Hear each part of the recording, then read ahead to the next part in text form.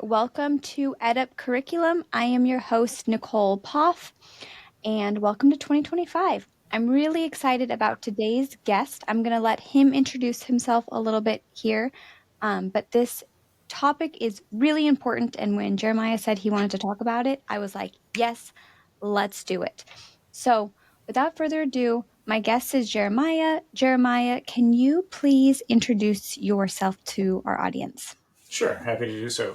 And thanks for having me. So, I'm Jeremiah Grabowski. I'm the Executive Dean for Online Learning and Faculty Development at Juville University.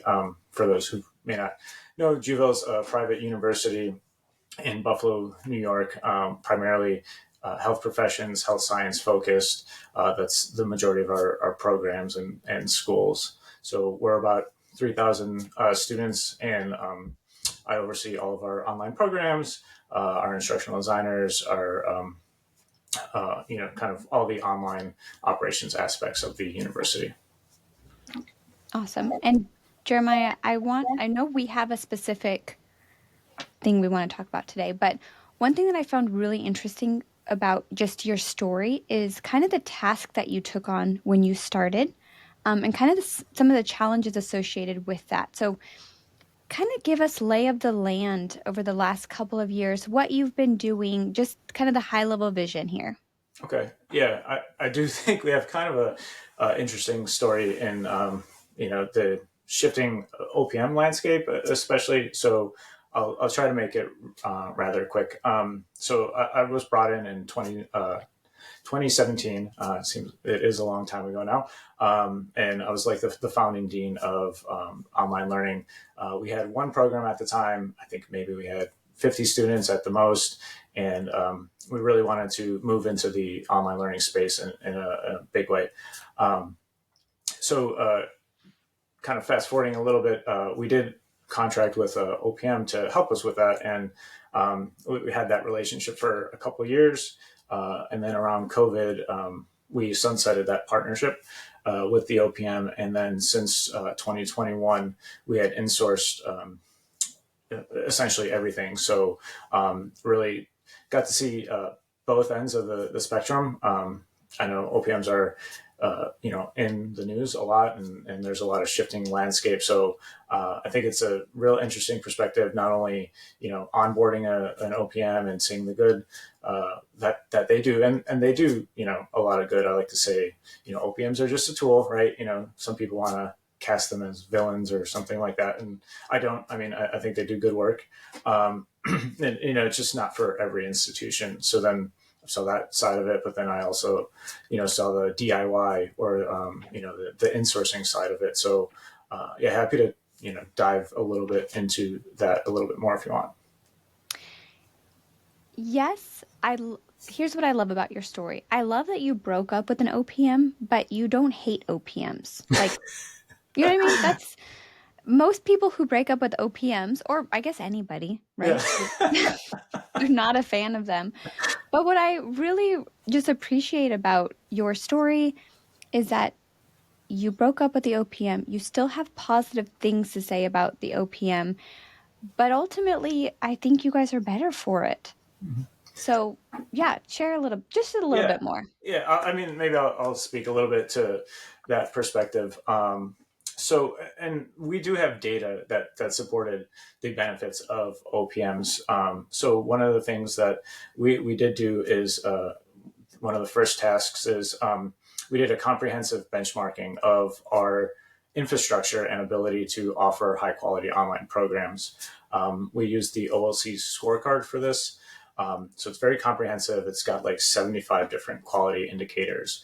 And through that, we realized that we needed some help if we wanted to, scale quickly. And that led to the OPM decision. So we had that score, that benchmark, and then just within a year and then 2 years, we, used that same benchmark and reassessed ourselves and saw a great improvement. So not only just living it and seeing, what they brought to the table in terms of best practices and everything like that. But, we had real, quantifiable data that supported that, the OPMs were helping us learn and integrate best practices. So again, that's, something that I think they do really, really well. For some institutions, and at the time Juvo was one, we weren't always following all the best practices related to how to support online students and how to deliver online courses in a high quality way. Yeah. What one more question on that. What do you think were some of your biggest challenges as you transitioned away to kind of more this in-house team? Mm-hmm. Just if someone were thinking about doing that or even just moving online, right? What would you say some of your biggest challenges you faced were? So I think one of the biggest lessons learned that we took from that OPM relationship is the importance of marketing. And I know sometimes in certain areas or articles you read that people look down on Southern New Hampshire because of their marketing budget and things like that. But it's real. I mean, it's a very competitive landscape out there, and if you're an institution that is using your tried and true marketing techniques and you're trying to attract these adult learners, chances are you're not seeing the results that you want. So I mean, it's a real thing.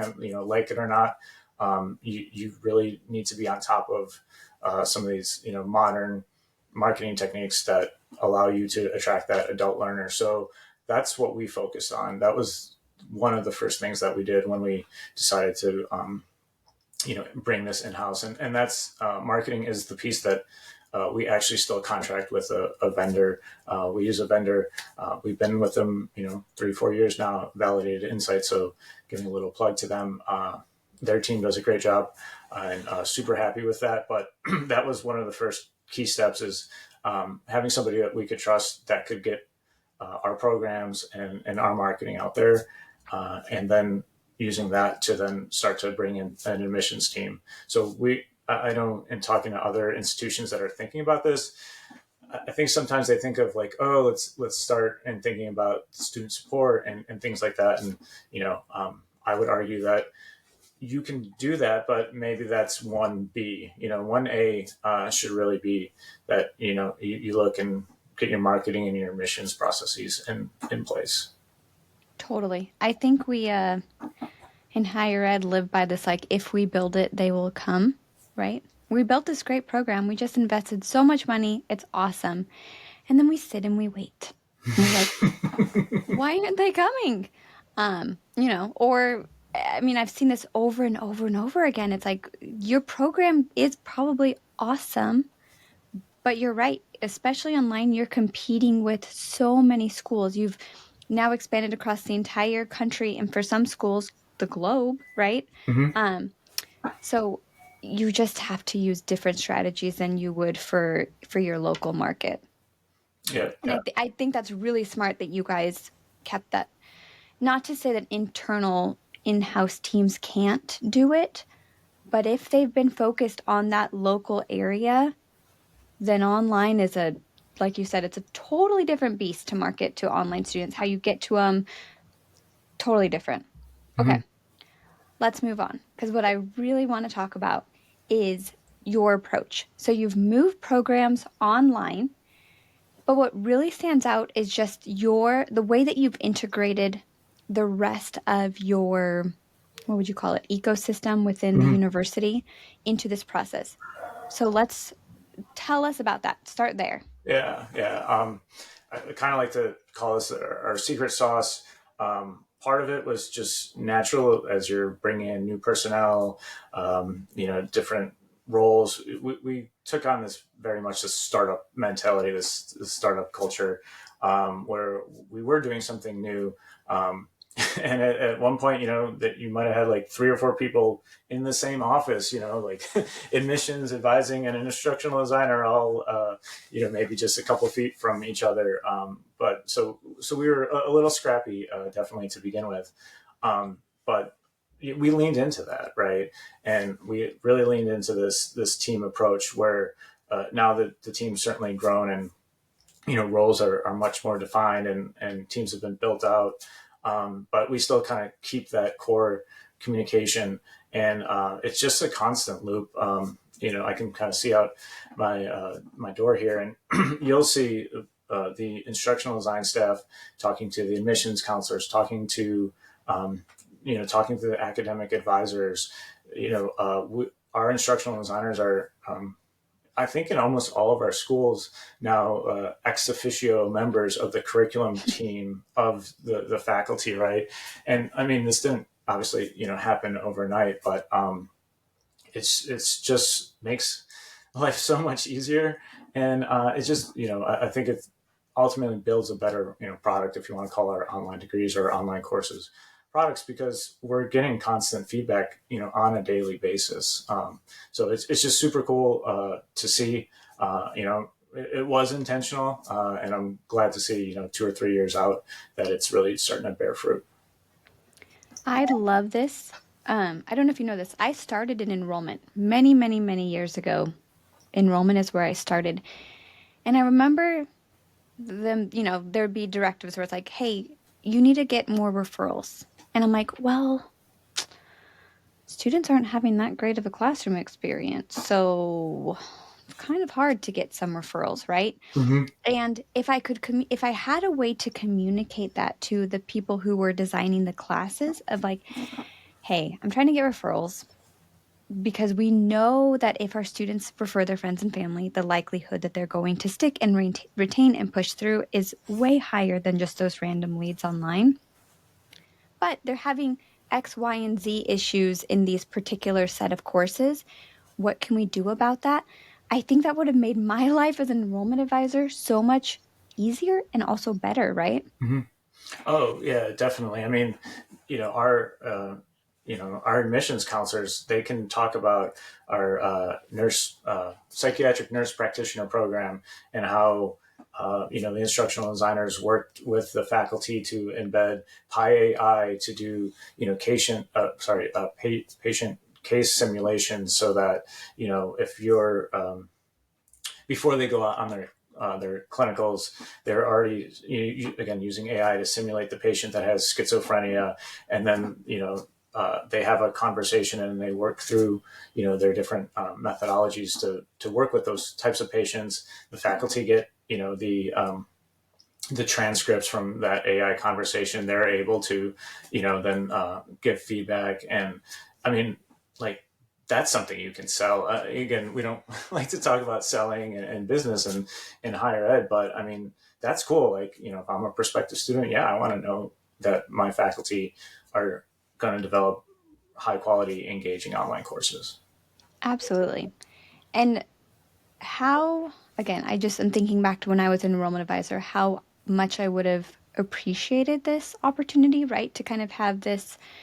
How often does the things that your enrollment say, like, do those things get considered in maybe a course redesign or like a hot fix or something like that? Like, is it kind of a back and forth communication where, yes, enrollment knows more about the process, but they can also give you guys some feedback? Mm-hmm. Yeah, yeah. Again, it could be structured, so we have regular full departmental meetings, but it could be as quick as, again, somebody just comes down the hall, and it might be, hey, we've gotten some feedback about a certain class. And I mean, I'm actually thinking of a example right now where it was kind of midway through the semester, maybe not quite even midway, and we got some feedback, and then the instructional designers reached out to that faculty member and were able to implement some changes for that rest of the semester. And then obviously in between sessions, then we did a larger refresh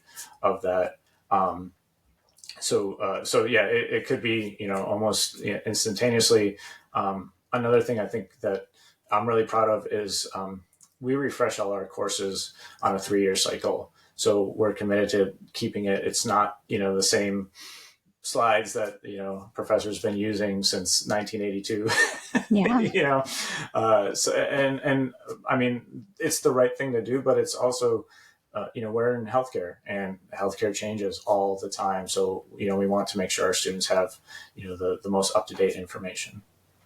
That's so good. Because I know that that's kind of the goal for a lot of institutions, but to be able to actually say, We're a 3-year refresh. That's really impressive Mhm. because there's a lot of other things instructional designers do all day long. Yes, You, yes, you yes, know it this. certainly is. Now, okay, so enrollment is one piece of it, and it sounds like you guys have a great relationship with enrollment, but advising, I think, is another one you mentioned. Yep. So, what does that relationship look like? How does it differ from maybe your relationship with enrollment? On the advising side, it is similar, and we try to be very data driven, and we're certainly concerned with courses that are CDF or W, right? You get a C, a D, you fail, or withdrawal. So the instructional designers, either they could pull that data, anonymized, right? Like we're not, not student data, but holistic data from a class, or we ask our institutional research team to get us that data and correspond that with the academic advisors, right? Because they're the ones that, if a student has a question or a complaint, Yep. like we have the quantitative data, they have that qualitative data, and then we can approach again a department or maybe a certain faculty member and just kind of show data from both sides, and then let's get it on a refresh cycle, or if it's something that we could fix right away, let's do that to fix it right away. So that's a lot of times how that works with advisors, or even just like tech support.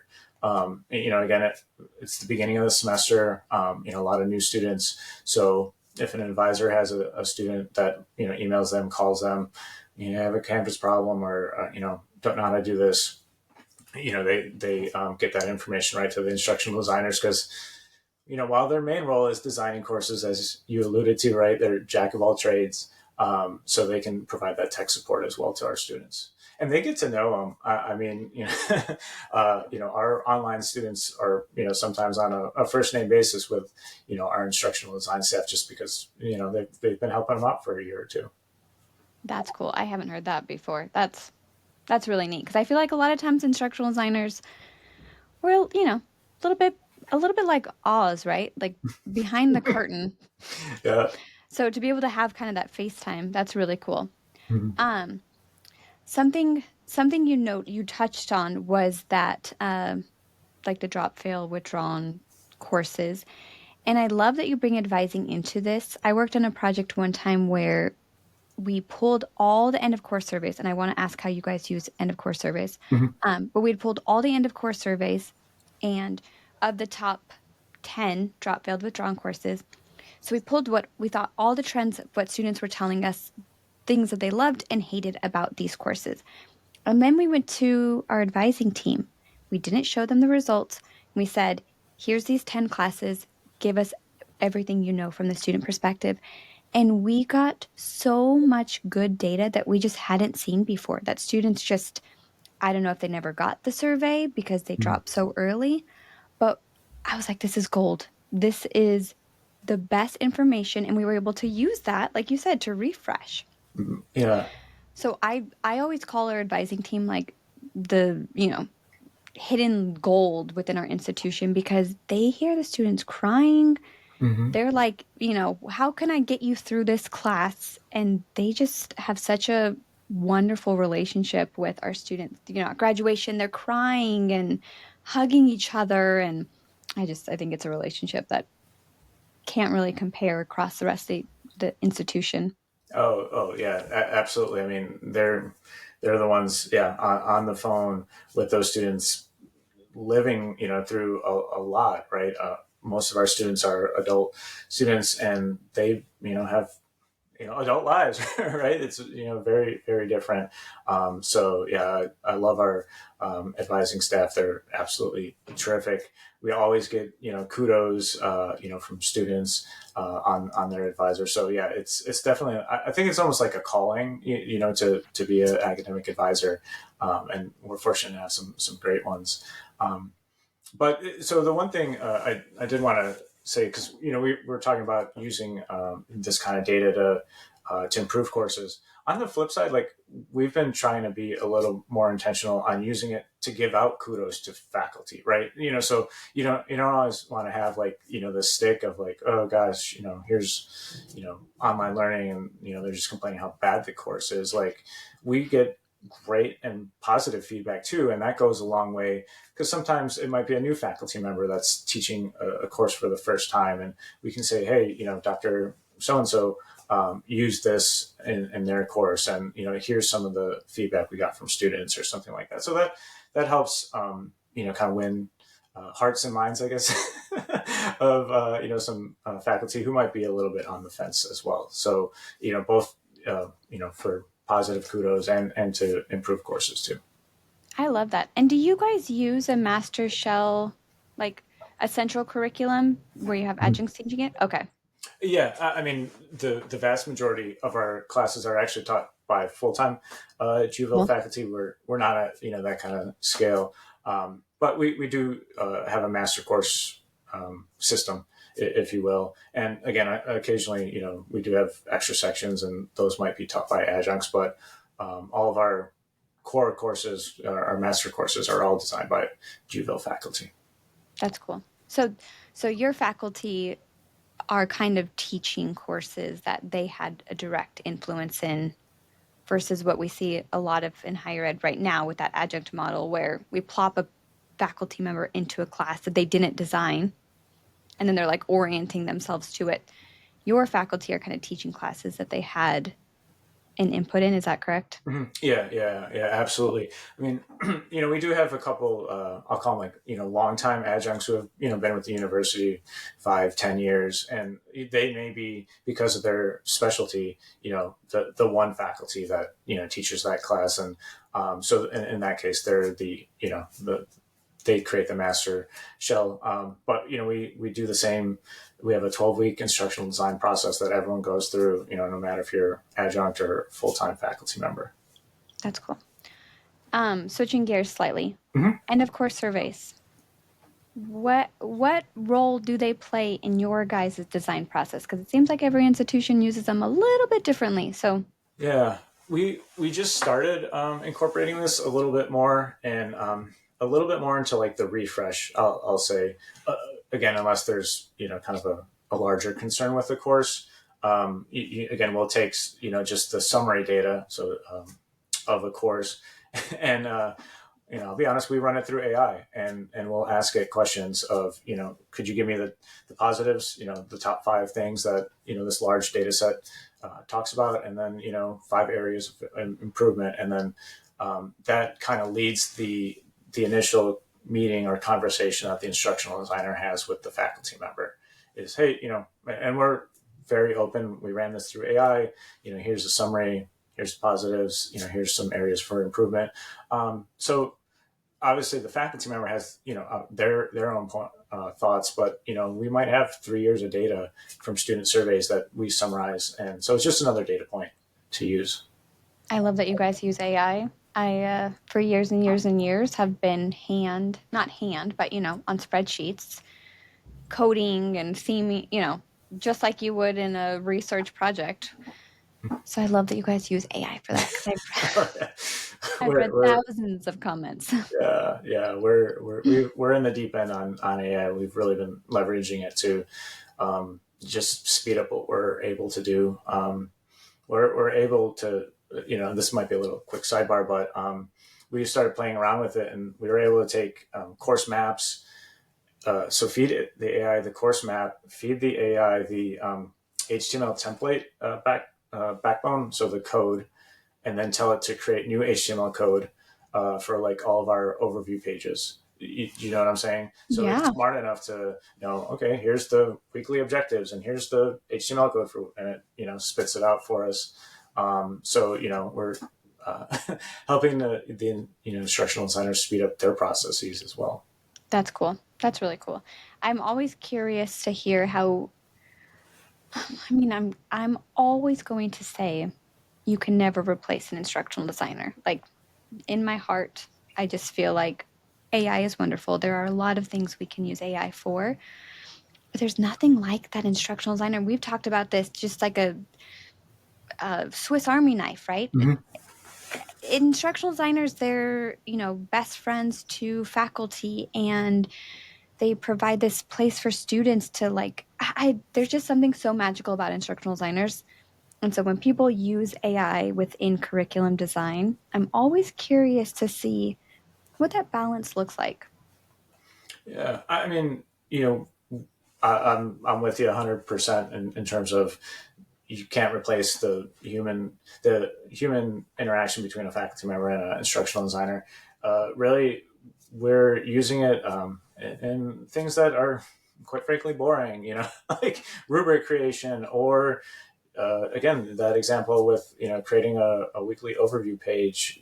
Like it, I can spit out once the course map is done and you run it into AI, then you have your 15 weeks of code, and how much time does that save the instructional designer from having to manually enter that in. But it frees up the instructional designer. Using the AI frees up the instructional designer to spend more time with the faculty or the student in our case, because we do some of the kind of tech support as well. That's really cool. I love that. Okay, so we've talked about enrollment, we've talked about advising. What other areas within the university do your instructional designers collaborate with?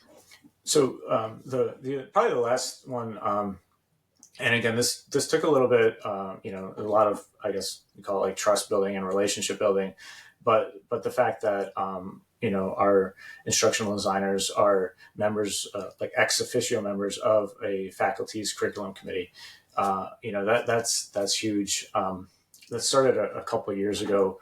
So we were we were the first to launch a 3-year online pharmacy degree, which I don't know if you know much about pharmacy degrees, but it's a doctorate degree. It's 140 credits. It's a very, very big lift. And there's a lot of accreditation standards that you have to meet when you do this, right? And when you're the first, obviously, you have to make sure that you're doing things right. So in the planning process, kudos again to our dean and our faculty over there. But they knew that we had our best practices in terms of, we're a QM institution, so we use QM when we're designing courses, and they have to meet the essentials rubric and all of that stuff. And in conversations, we married those best practices with their accreditation best practices from a curriculum standpoint, and brought those two together and say, okay, when we're designing these courses, we're going to make sure that they meet both sides of the house. And that just kind of evolved into, as we're developing these courses, that we just became a part of that curriculum committee, and we're kind of a standing agenda item. We talk about the courses and the course design. And again, it's now we're 3 years in, so it's been great, and other schools have seen this and the benefits of it. So now the new model, no one made it official, but it's it's official now. Is anytime a new program comes online, we're making sure that somebody from the instructional design staff's on that curriculum committee. Again, we have a voice. We don't have a vote, but the fact that the faculty respect their expertise is huge. I mean, like it's just, it helps so much in for faculty to understand where we're coming from and vice versa. So it's great. Absolutely. And I love that you compared this to a startup, because that's essentially what you have to do. I feel like to establish this type of institutional buy-in, right? You're like, hustle. I don't want to talk for you guys, but I used to work in career services, and I was trying to integrate. My goal was embed career services or some sort of career related curriculum in every single course. Well, we know that faculty, they carefully they carefully select things in their courses, and there's a lot of things they have to work through. So if you're coming to them saying, I want a little bit of piece of that course for some sort of career services activity, it's not always met with, yes, let's do it, right? You Mm-hmm. really have to really have to get some buy-in there. And so I always would say I feel like an entrepreneur right now, because I'm like, oh, a faculty member wants to have lunch with me. Yes, Yeah. Yeah. So I'd go and I'd have the faculty lunch, and then they would go and tell their faculty friends, and just from there it kind of snowballed. But I feel like those first 2 years I was in a startup because I had to really, I guess, just show my value to people. And Mm-hmm. it sounds like that's what you guys have kind of been living in for the last few years. Yeah, yeah, absolutely. And it starts to snowball at some point, right? You get enough buy-in, and I love that you said, "Oh, a faculty member, invited me to lunch." Like, it's not uncommon that our instructional design team is, you know, grabbing a coffee, getting lunch with faculty. It's just it's. I mean, it's relationship building, but it's not in a like it's a genuine or organic way, right? Again, our team is great, and just over the years, just really built these kind of relationships with the faculty to where there's a level of trust. So I get super happy to see them. That relationship is everything. I've been on the other side of course design where the instructional designer and the faculty just don't play nicely in the sandbox, right? I mean, it's probably a good amount of faculty and instructional designer relationships are just very transactional, right? Like, I'm the faculty, so your role as an instructional designer is to look for spelling errors or grammar, right? They're just like give a little bit of a piece, like, here you go, or put it in my course guide for me, or create my syllabus for me. But that relationship, like you said, it's everything. So I feel like we've kind of made this feel probably a little bit more simplistic than it actually was, right? Like, there is so much value to this, and you guys are doing it really well. But I'm sure it wasn't easy to to establish this type of collaborative relationship amongst the entire university. What were kind of those first few months, years? What did that early process look like for you and your team? Um, so I mean, it wasn't always easy, and I mean, your example of just okay, you can check my spelling or my links or something like that. Like, that was real at Duville in some cases, and like I would have conversations with the designer and be like, I understand that's what we got right now, but like think of it as like we kind of got like a foothold in, right? And okay, like what can we do to kind of keep on inching and keep on growing. So like just trying to take those wins where you can, or understand that change is hard for a lot of people. So sometimes you gotta take what they'll give you, and if they give you a lot, then you take a lot. If they give you a little, then you take a little. Um, but I mean, to your original question, so yeah, it certainly wasn't easy. I kind of think of my tenure at Gville in half, right? There was like the OPM phase, and then there was kind of the COVID in the middle, and then post OPM and COVID. So maybe I guess it's like three. But again, here's a kudos to OPMs. They helped with a lot of that heavy lift of the culture change and just getting faculty program directors to understand some of those best practices. And certainly there's some resistance, and they had great instructional designers too. So I think that kind of warmed people up a little bit to this. And then everybody did the COVID thing. And then once we came out of that, that some foundation was built, and then hiring the right people, again, our instructional design staff to kind of really take it to the next level. I think that's kind of a trajectory of what happened over the last 7 or 8 years at Uville. That's awesome. And I like that you kind of gave us a timeline because I feel like for some universities, they might have this big picture and then they try to kick it off and they're just met with resistance, right? And they're like, can't do it. Sorry. We're just Mm-hmm. going to kind of keep status quo because this is the way that a normal university operates, right? Faculty have full control and they have their academic freedom, and the instructional designer is just there to offer a sliver of support. But it sounds like you guys really had to push past that status quo to get to where you are right now. Yeah. It definitely it's a little bit of the Juville culture. I was fortunate. I came in. Our president, Dr. Clemo, she started in 2017, and so she was here about 9 months, and then I came on board. And it was a top down mandate.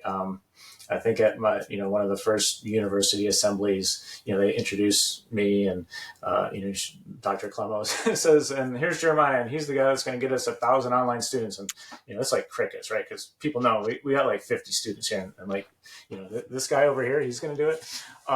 But so having support right from the top down is huge. So I can't say enough good things about that. And why we've been able to make the progress that we have, because if we had different senior leadership and they were okay with the status quo, yeah, it might be a real different story for for Jeremiah and for Juville. So that's huge.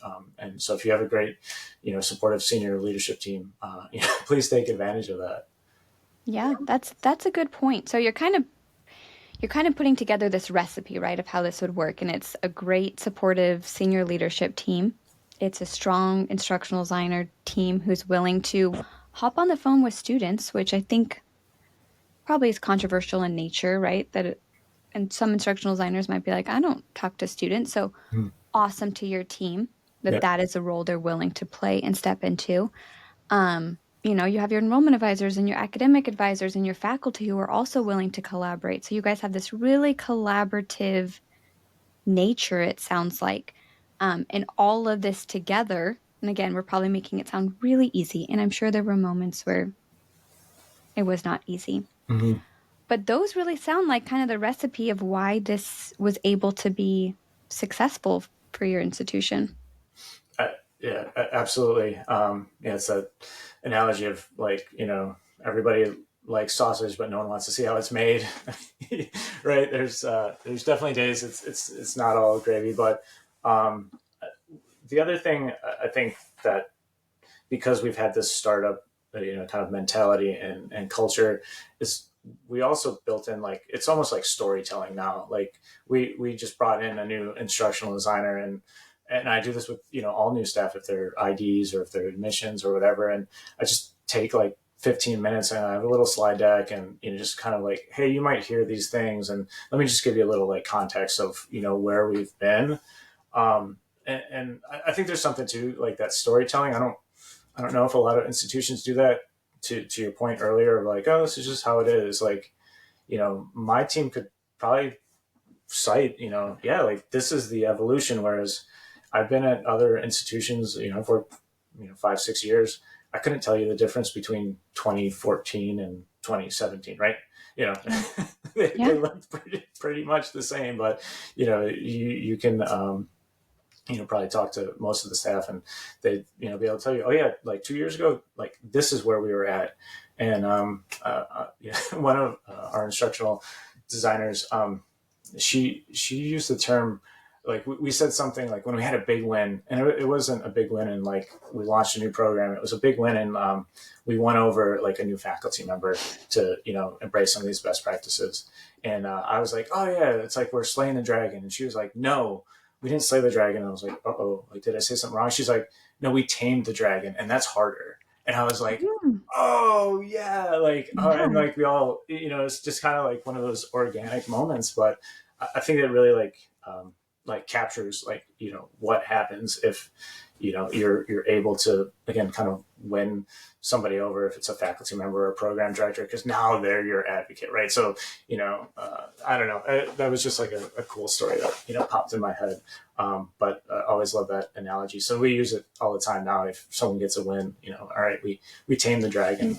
I love that. I love that. Well, and faculty champions are like so important. We need those faculty champions to rally behind us and create buy-in for the rest of the university, really. Now, okay. So you live in this really great institution. Um, you guys are working collaboratively, but there's parts of higher education that really aren't what you're showing, right? Like Right. you have this very collaborative space. things can move fast. A lot of higher education things don't move fast, right? They're stuck in governance, or, they're bottlenecked with resources or financial constraints. So I guess where I'm going with this, do you feel like you have any controversial views of higher education, of maybe a status quo that we accept, we not being your school, Mhm. just as an industry? Like, what do you think we need to disrupt a little bit more? Yeah, there's a great book. I might be butchering the name. It's something to the effect of whatever it is, I'm against it. And I don't know if you've read it. It was written by a former president who's now retired, and we read it at Juville. The senior leadership team did, and man, that is spot on. Like I've worked at a number of institutions, and you know, he just sings the song sheet, right? Like of what is wrong with higher ed.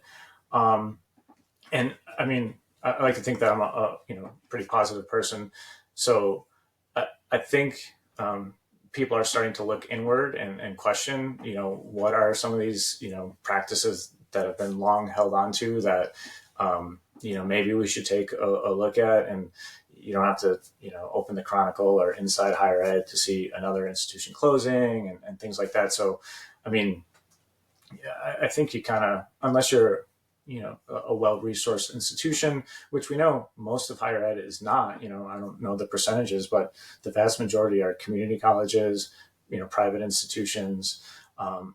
Yes, there's the big R1s and the Ivies, but that's not most of higher ed, right? Most of higher ed is kind of really living in the the change that's happening. So I think having that change, I hope we've kind of hit a tipping point where people do start to look inward and question and say, hey, if we don't start to make some fundamental changes, we might not be around. So that's just kind of some initial thoughts around that. I love that. I call them the legacy items.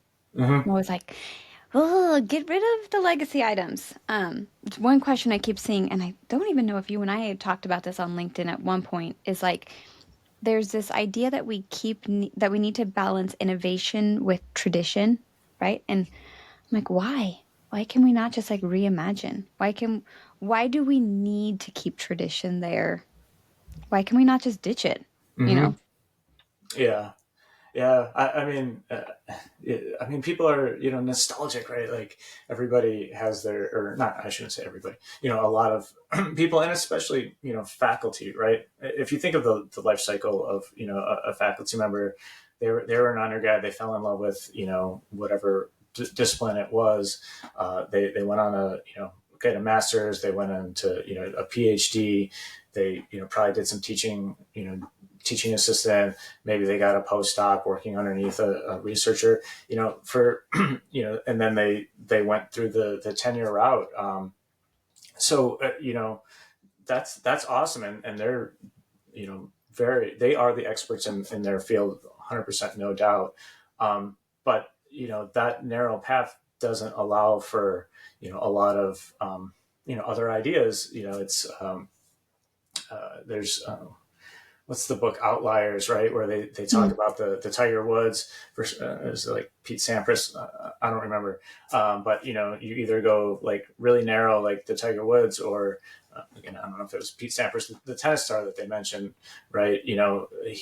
His parents encouraged him to dabble in all sorts of different things, and I think there's actually research that shows that like those people are more successful rather than the ones that went narrow, because they can think outside the box and have a little bit more creativity and stuff. And again, not that faculty aren't creative, not No. saying that, but just bringing in some fresh, innovative ideas is something that I think.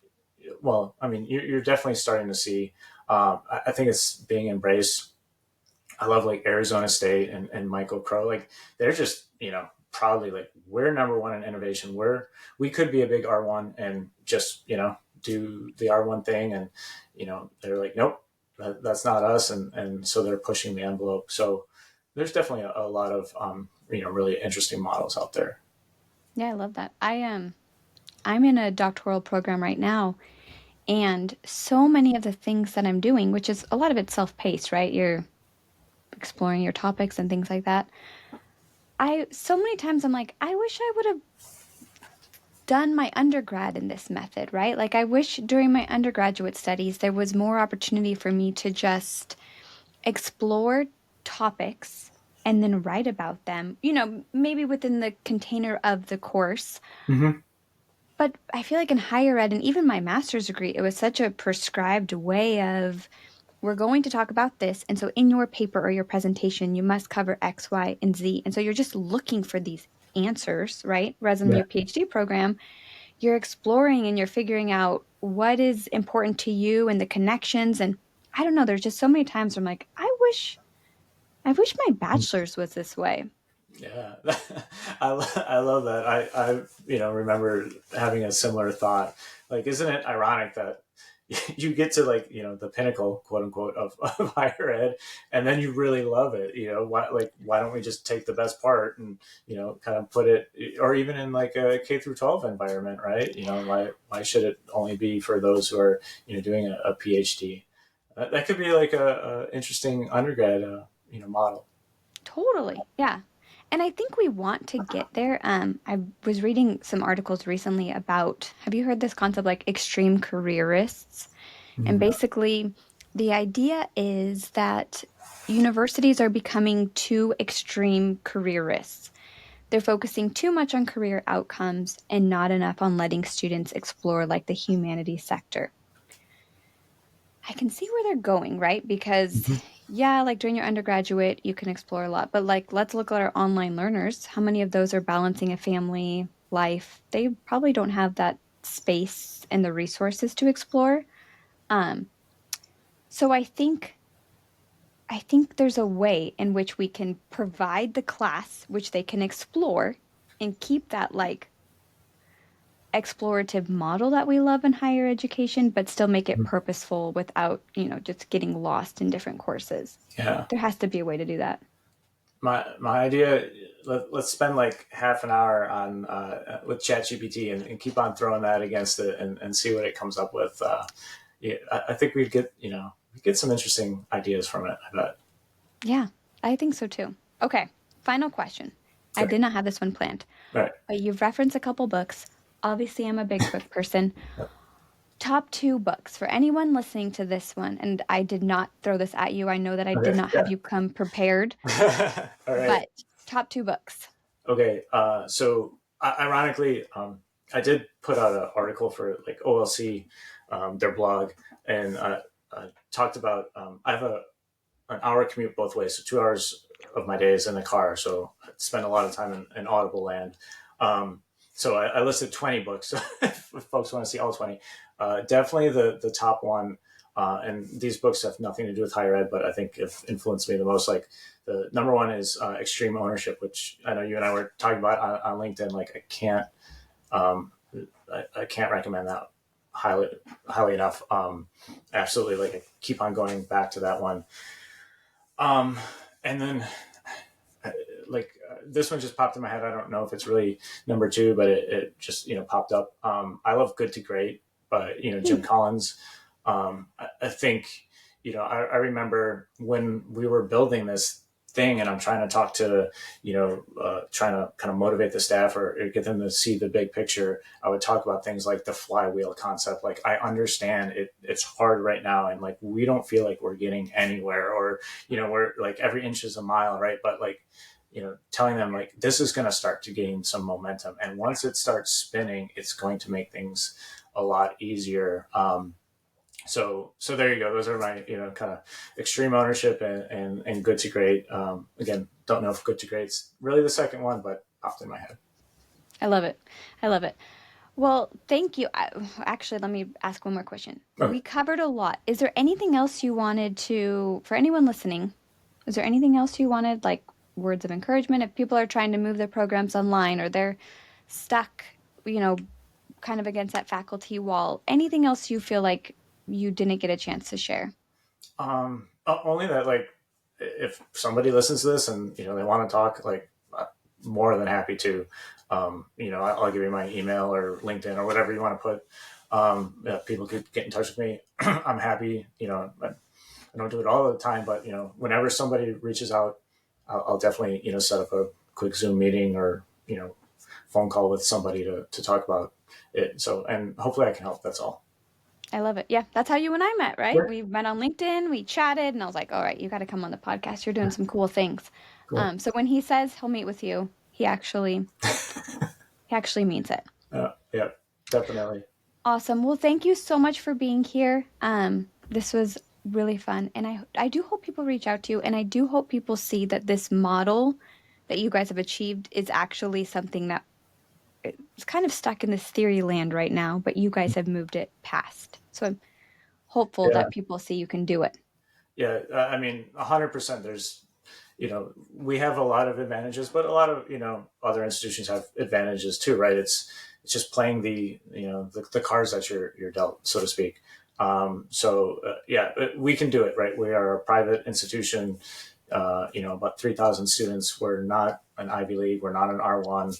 And we've found success, and, you can do it too, right? Go team. Yeah. Awesome. Well, thank you so much for being here. I really appreciate it. All right. Thanks. Bye.